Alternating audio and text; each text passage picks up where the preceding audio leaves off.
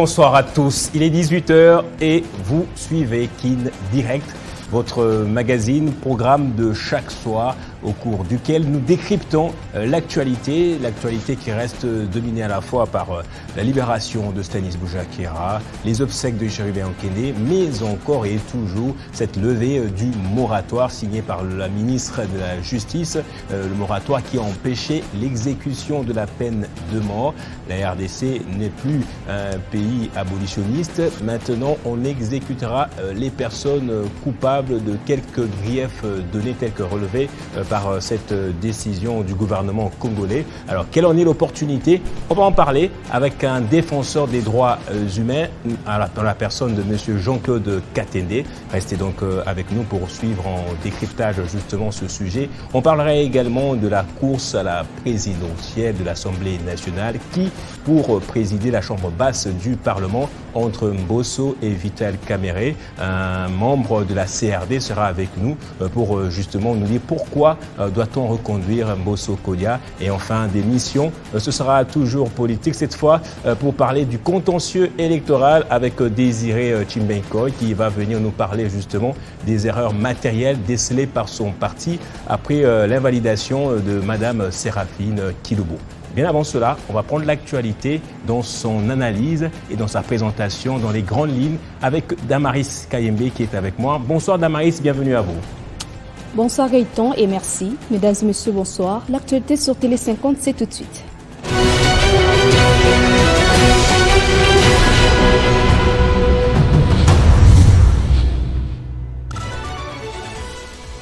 Les obsèques de Chérubin Okende, député national et ancien ministre des Transports, a eu lieu ce mercredi 20 mars à Kinshasa. Une cérémonie a été organisée pour lui rendre les derniers hommages lors de la levée du corps à l'hôpital du Scantenaire en présence de plusieurs personnalités politiques, dont le président d'Ensemble pour la République. Un jour après sa libération, le journaliste Stanis Boujakera était ce mercredi à l'espace 50 où il a rencontré le président de l'UNPC Kinshasa et patron de cet même espace, Jean-Marie Kassamba, pour remercier ces derniers d'avoir pesé tout son poids pour sa libération. Plusieurs protestations s'élèvent face à la levée du moratoire de la peine de mort en RTC.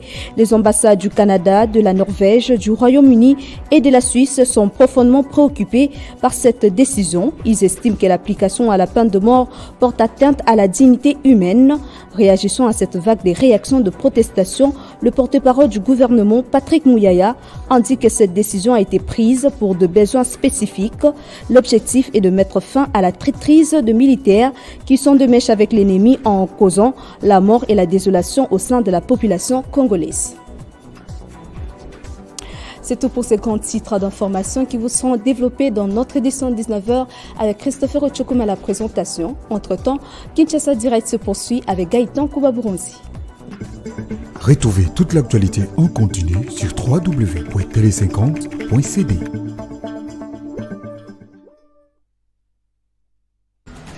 Merci beaucoup Damaris Kayembe pour cette présentation. On va à présent commencer par nos invités. C'est un recul majeur relativement à la protection des droits humains en RDC. Ce sont le propos à la fois de l'Église mais également des défenseurs des droits de l'homme. On va donc essayer de décortiquer le dernier article publié par le président de l'Azado, de Jean-Claude Kayembe. Restez avec moi, madame, monsieur, après cette pause, on va le recevoir.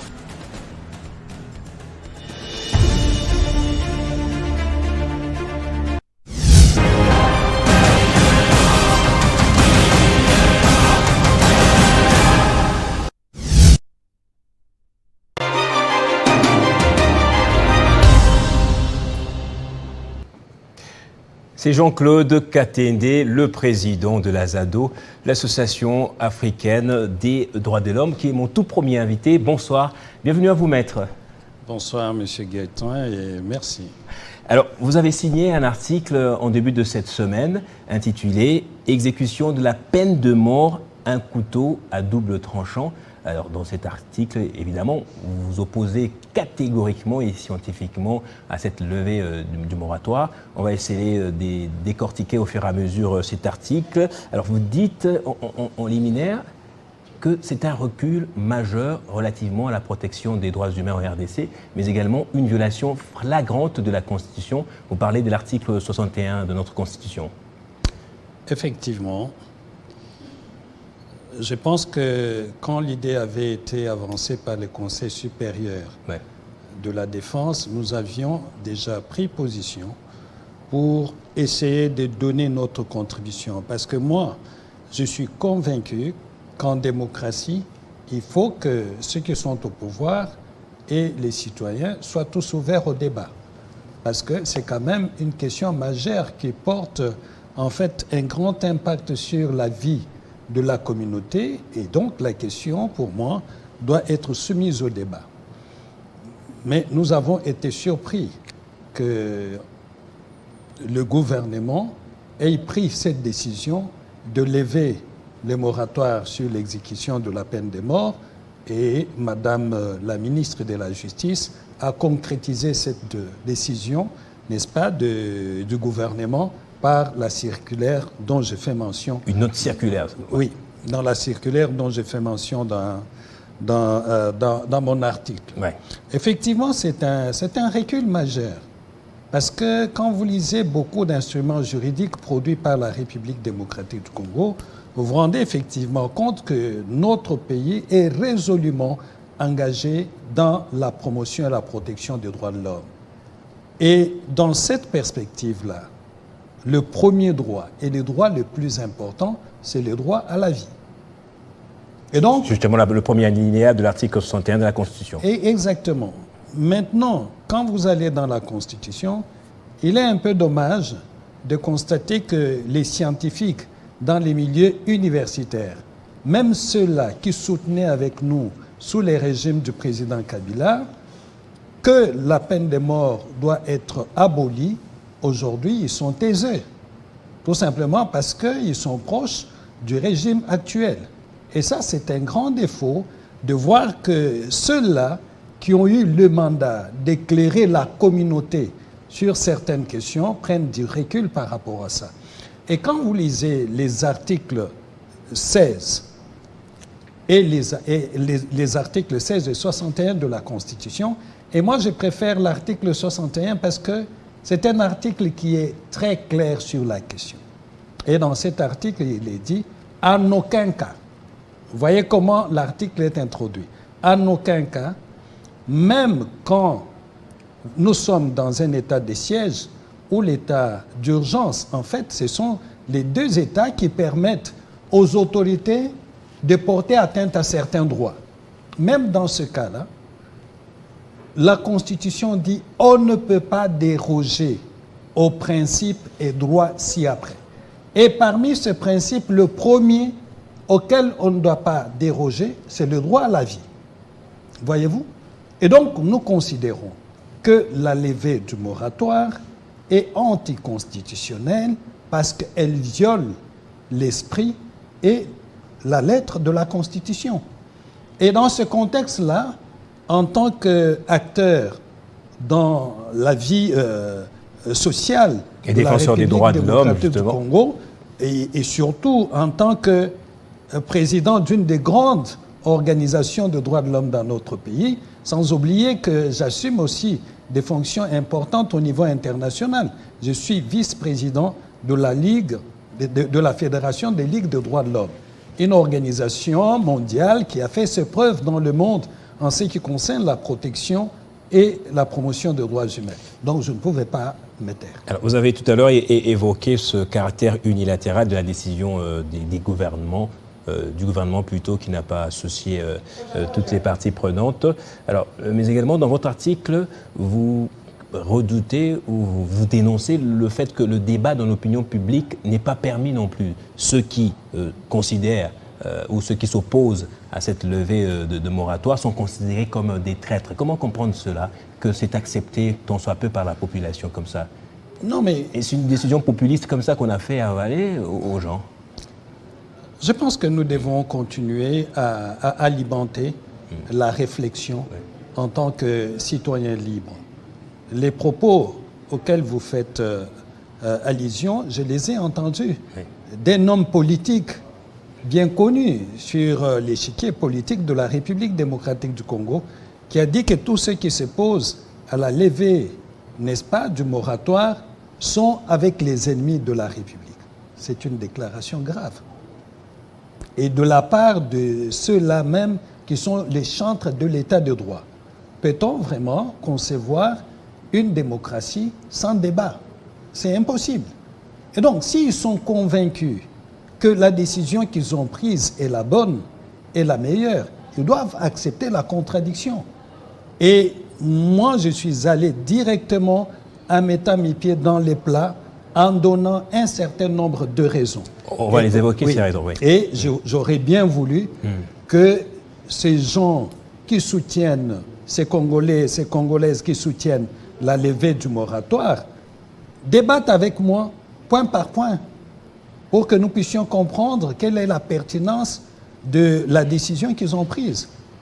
Alors, vous ne soutenez pas cette décision de lever le moratoire pour quelques raisons, 4 au total que vous avez repris dans votre article, D'abord, vous dites c'est une décision motivée par un esprit de vengeance de la classe politique qui croit que la peine de mort va régler tous les problèmes de l'armée et du banditisme. La vengeance, c'est contre qui ou la vengeance de qui? Pourquoi?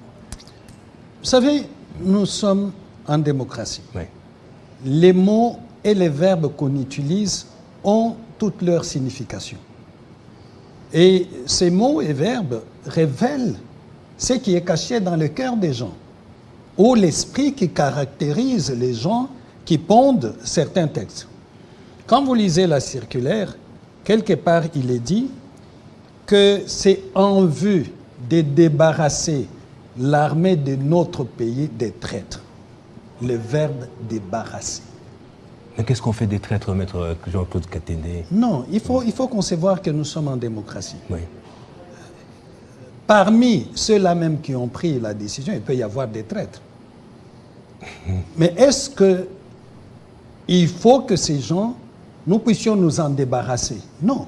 La justice est organisée pour permettre à ceux qui troublent l'ordre public, notamment comme M. Nanga, comme M. Mamba, comme tous ces gens qui sont allés dans la rébellion pour faire couler encore le sang des Congolais, de pouvoir s'expliquer devant la justice, de s'expliquer pourquoi ils en sont arrivés là, pourquoi ils ont troublé l'ordre public.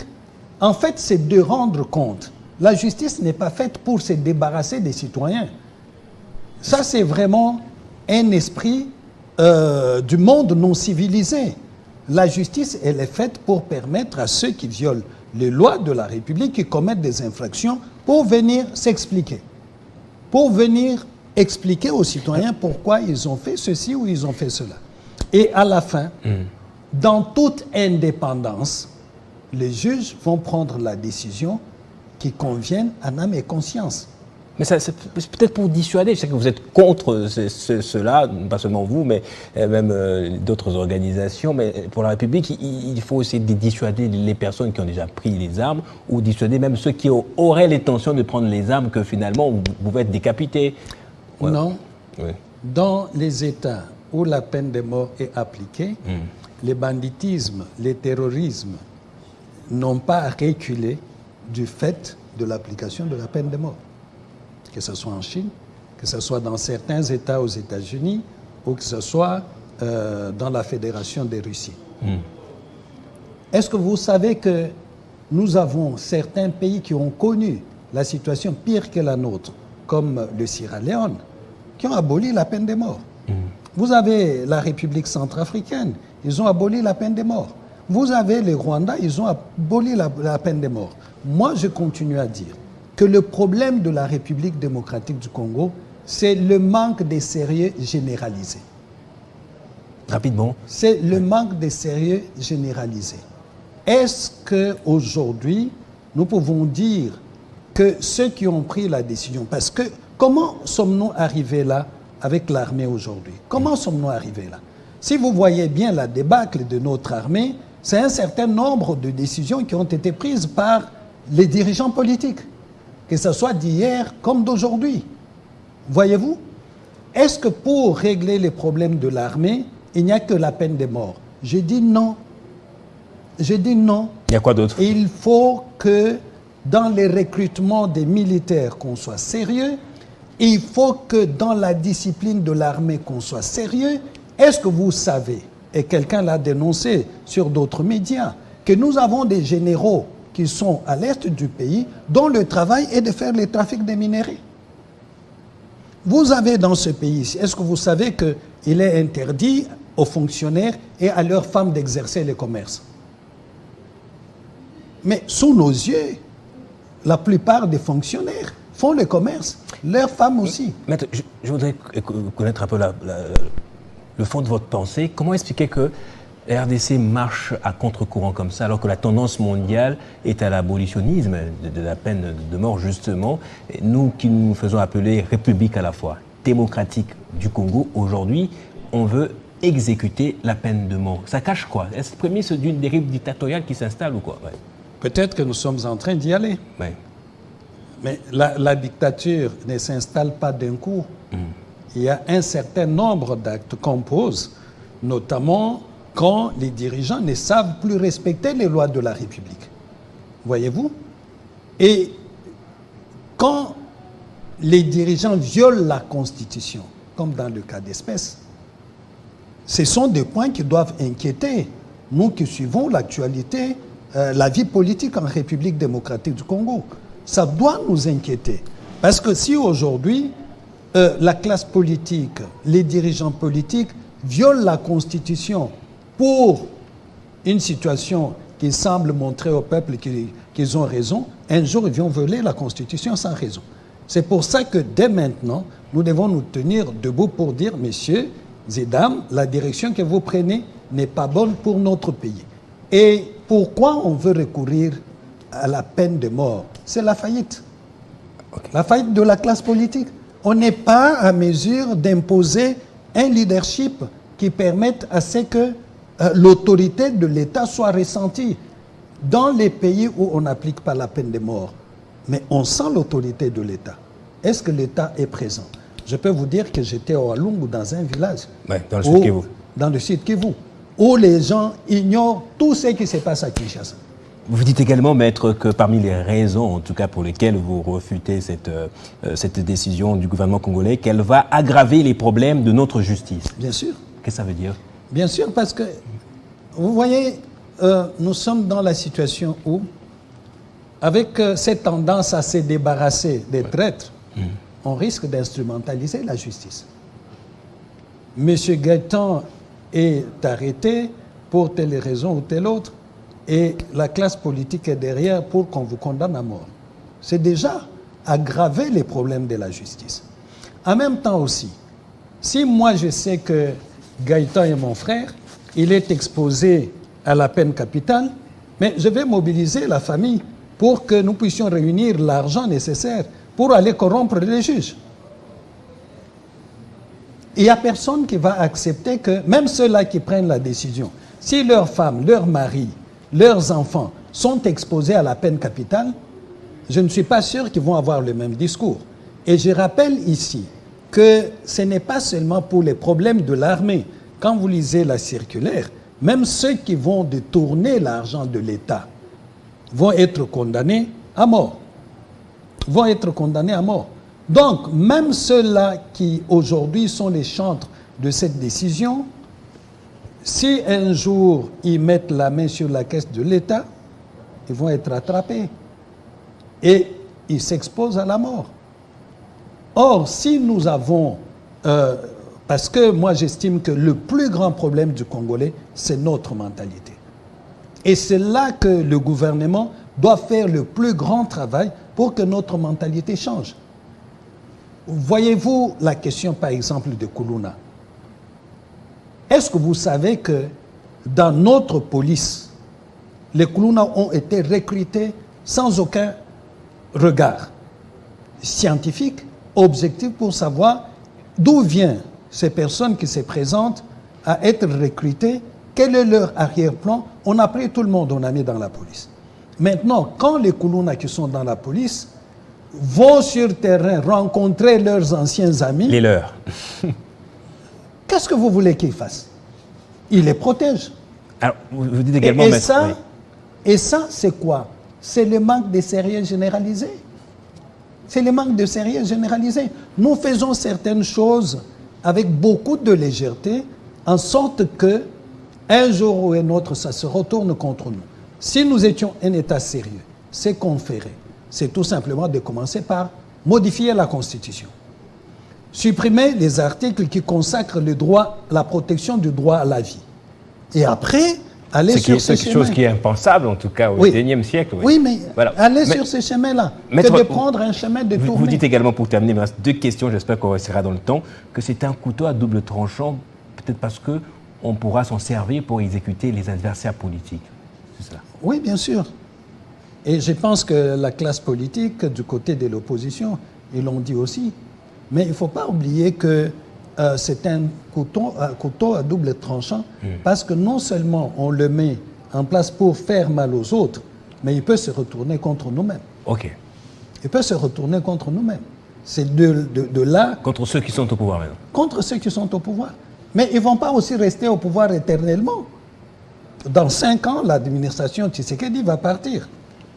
Et la même loi va rester là. Et si le nouveau président prend l'option de fouiner dans la vie de ceux qui ont pris la décision aujourd'hui, on risque de mettre la main sur certains qui vont être passés par la peine capitale. Donc, quand nous prenons de loi aujourd'hui, nous devons aussi penser à l'avenir. Et pour terminer, ça me paraît beaucoup plus crucial, c'est une décision qui pourrait renforcer les divisions plutôt ethniques. Dans quelle mesure, Maître, pour terminer? Depuis l'avènement de l'AFDL, nous savons qu'il y a des compatriotes de certaines provinces qui ont été recrutés beaucoup dans les troupes de l'AFDL. Nous savons aussi que les désordres qu'il y a dans l'armée, particulièrement à l'Est, ce sont les compatriotes d'une certaine zone qui sont impliqués dans ces désordres. Voyez-vous, si on doit les arrêter et les exécuter, un jour on établira la liste des personnes exécutées et on va dire, voilà, il y a une province ou 2 provinces qui sont visées et que cette levée du moratoire a été faite pour exécuter les gens du Kivu, les gens de la province orientale, les gens du Katanga, ainsi de suite. Et ça va fragiliser... Une sorte de règlement de compte. Exactement. Est-ce qu'ils ont pensé à tout ça? Oui, ils ont pensé à tout ça parce que le ministre de la Communication a réagi hier, quoique il n'a pas eu beaucoup de mots pour défendre cette décision. Il a dit, si pour arrêter les nombres de morts congolais par million, il faut passer par la restauration de la peine de mort pour ceux qui la méritent, nous n'avons pas le choix. Il y aura un processus d'encadrement particulier. Ils ont le choix. S'ils sont républicains, le choix qu'ils ont, c'est de respecter la Constitution. Mais là, ils sont en train de violer la Constitution pour assouvir leurs besoins de régler des comptes à certains Congolais. Merci beaucoup, Maître Katende. C'est moi qui vous remercie. Merci à vous. On reste ensemble après Maître Katende. On va parler politique encore une fois. Je vous invite à lire l'article publié par Maître Katende, que l'on peut retrouver sur pas mal des médias en ligne. Sur tous les réseaux sociaux. Sur tous les réseaux sociaux, pour le retrouver, le lire, en tout cas, vous informer, vous instruire à ce sujet. On reste ensemble.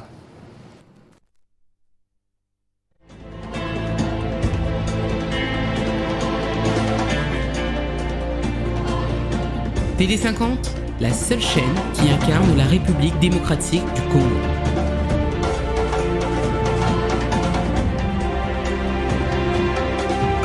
Télé50, simplement congolais.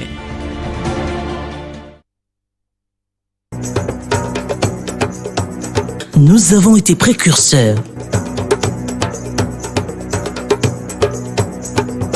Nous avons innové dans l'audiovisuel national et panafricain.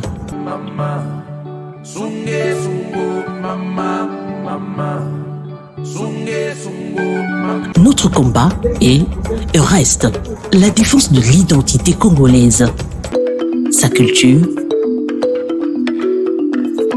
son histoire, son patrimoine et ses institutions.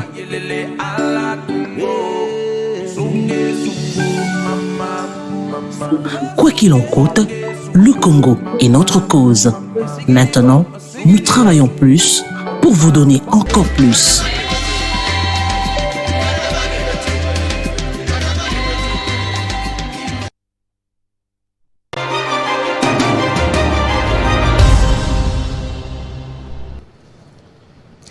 Contentieux électoral des partis politiques et des candidats espèrent encore un dernier recours à la Cour constitutionnelle. Ils espèrent que la Cour constitutionnelle puisse revoir certaines erreurs matérielles. On en parle avec Désiré Chimbenkoy, cadre et membre du parti politique APPS. Si je ne me trompe pas, bonsoir, bienvenue à vous. Bonsoir mon cher ami, merci. En première vue, je voudrais d'abord souligner que ici, il faut compter 10 personnes qui ont battu campagne pour le chef de l'État ici, dans la ville de Kinshasa et précisément dans les districts de la Tchangou. Son Excellence Séraphine Kiloubou Koutouna sera comptée parmi les 5 premières. D'ailleurs, à un moment, nous avons quitté la ville de Kinshasa pour aller préparer l'arrivée du chef de l'État, mobiliser les bases au niveau de la ville d'Ekikwiti. Mais maintenant, dans les faits, ce qui se passe, c'est que nous sommes remplacés par une personne qui n'a obtenu que 372 voix, alors que son Excellence Séraphine Kiloubou a obtenu à elle seule 4974 voix. Le regroupement politique de M.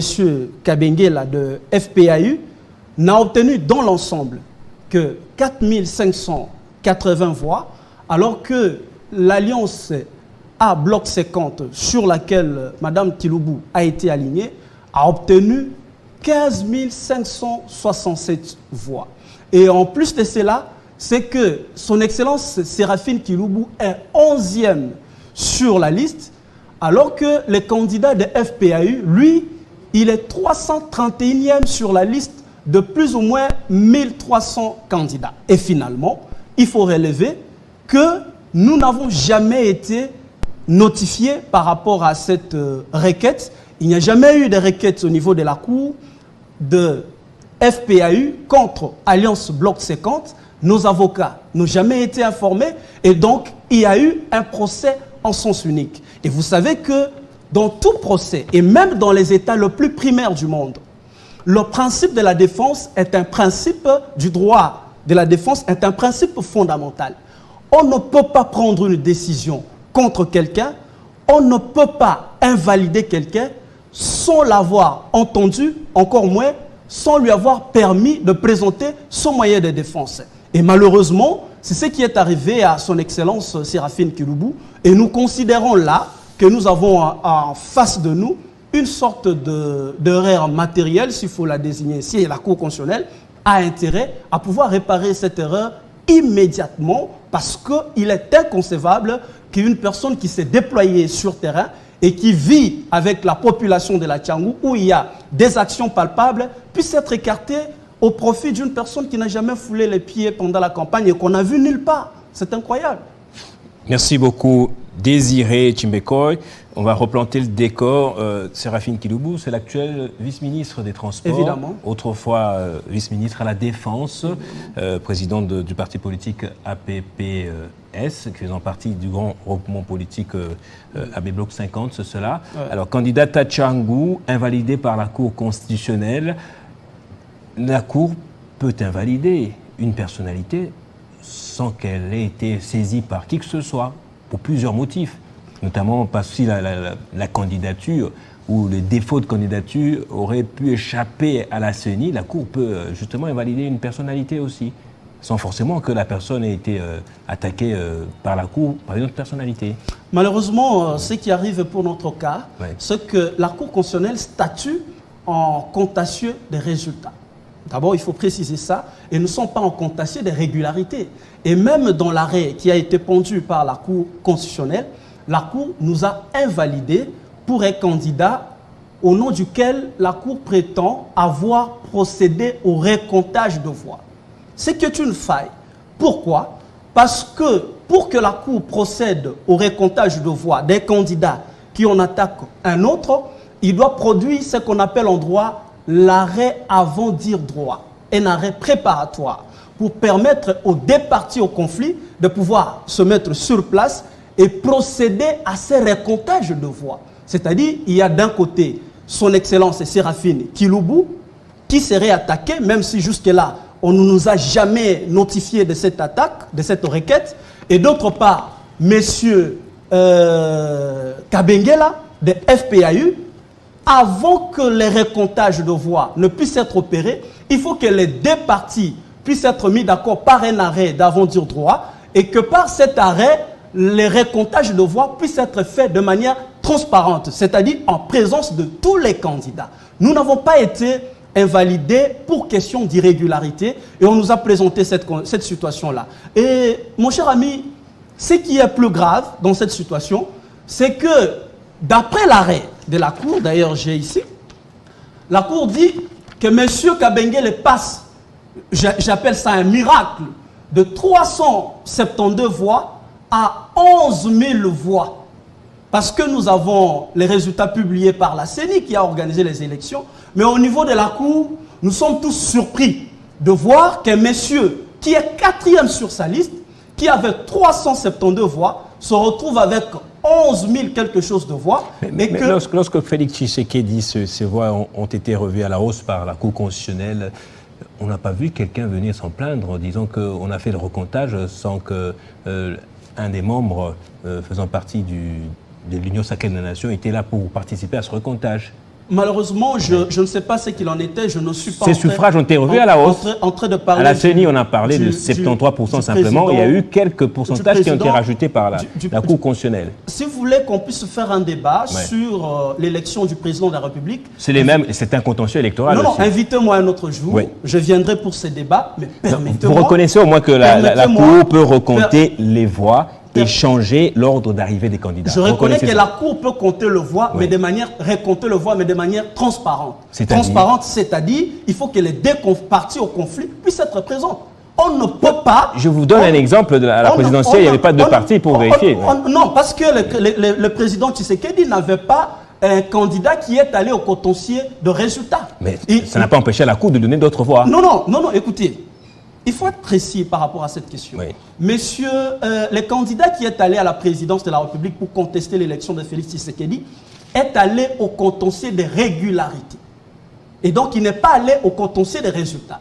Donc, la Cour se retrouvait face à une situation où les voix du candidat Félix Tshisekedi n'avaient pas été attaquées, mais il avait été attaqué la question des régularités par rapport à l'organisation des élections. Ce qui n'est pas la même situation que nous, parce que le candidat qui nous remplace est allé en contentieux des résultats et la Cour constitutionnelle elle-même est en contentieux des résultats et par principe de base de ces contentieux, il lui fallut que nous qui sommes déboutés et la personne qui nous attaque soyons mis d'accord sur une table et que cette opération de recomptage de voix puisse être opérée pour qu'il y ait transparence dans l'arrêt.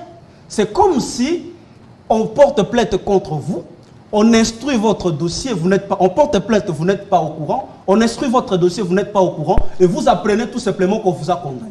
Ça ne s'est jamais passé nulle part. Même sous l'arbre, à part l'arbre dans nos villages, là où il n'y avait pas... Dans ce cas, il conviendrait de parler des vices de procédure, non d'erreurs matérielles. Non, c'est une erreur matérielle. Pourquoi? Parce que je voulais soulever un autre élément.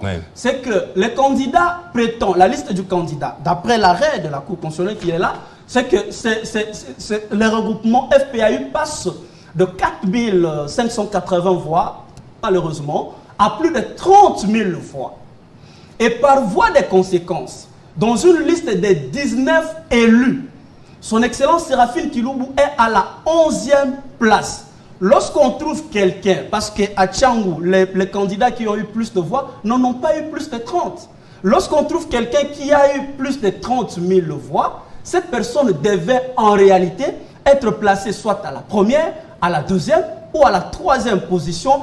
Et par voie de conséquences, c'est la dernière personne qui devait partir. De lorsque cette personne qui entre dans la liste 19 élus n'a pas visé la personne qui est à la 11e position. Donc vous comprenez là qu'il y a une sorte d'erreur, nous appelons ça comme ça, et nous voulons que la Cour puisse immédiatement corriger cette erreur Parce qu'au-delà de ce qui est dit, on ne peut pas se contenter de dire que bon, les arrêts sont rendus en premier, en dernier ressort, mais nous avons des cas de jurisprudence. Au-delà de ces cas de jurisprudence, nous avons la loi organique portant organisation et fonctionnement de la Cour qui dit, en son article 93, que la Cour peut revenir en ce qui concerne les erreurs matérielles. Heureusement qu'au jour d'aujourd'hui, parce qu'au départ, lorsque nous sommes allés à la Cour pour que nous puissions déposer notre requête en rectification, ils ont semblé dire qu'ils ne recevraient pas de requêtes, mais finalement, ils ont autorisé que les requêtes puissent être déposées. Et là, nous sommes dans une voie où nous exigeons tout simplement que son Excellence Séraphine Kiloubou Koutouna puisse être rétablie dans ce droit, parce que même la 11e place que nous avons occupée à la Tchangou, en réalité, nous devrions être parmi les 5 premières personnes, comme je l'ai dit à l'introduction de ce propos. Et donc là, nous avons une situation que nous n'acceptons pas et que nous n'accepterons pas. Votre requête a été déposée à la Cour constitutionnelle? Évidemment.